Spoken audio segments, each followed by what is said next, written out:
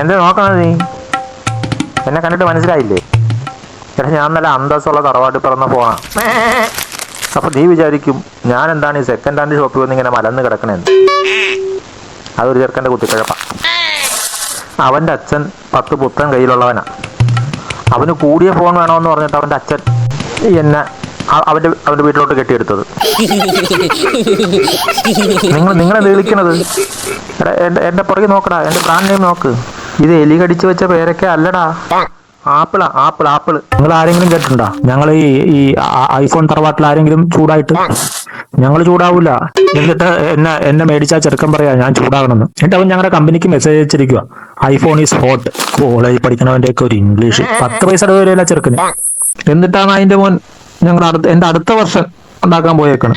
അല്ല ഇത് അവന്റെ കയ്യിൽ ഇരുന്നത് എങ്ങനെ ചൂടാകാതിരിക്കും? ചൂടാകാത്തവൻ വരെ ചൂടാകും. ഈ തോണ്ടലല്ലേ, തോണ്ടി നേരെ വെളുക്കുമ്പോ തൊട്ട് തോണ്ടി. എനിക്കാണെങ്കിൽ ബാറ്ററി പെട്ടെന്ന് തീരുന്ന സ്വഭാവം ഇല്ലാത്തതുകൊണ്ട് ഓഫ് ആകാനും പറ്റൂല.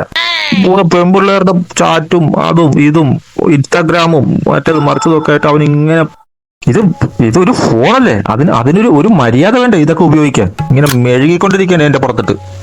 എന്നിട്ട് അവൻ പറയാണ് ഞാൻ ചൂടാകണം. ഈ ഇവന്മാരുടെ കൂടെ കിടക്കണമല്ല എന്ന് ഓർക്കുമ്പോഴാണ് ഏതെങ്കിലും തറവാട്ടി പിറന്നവൻ വരണ്ടേ എന്നെ കൊണ്ടുപോകാൻ.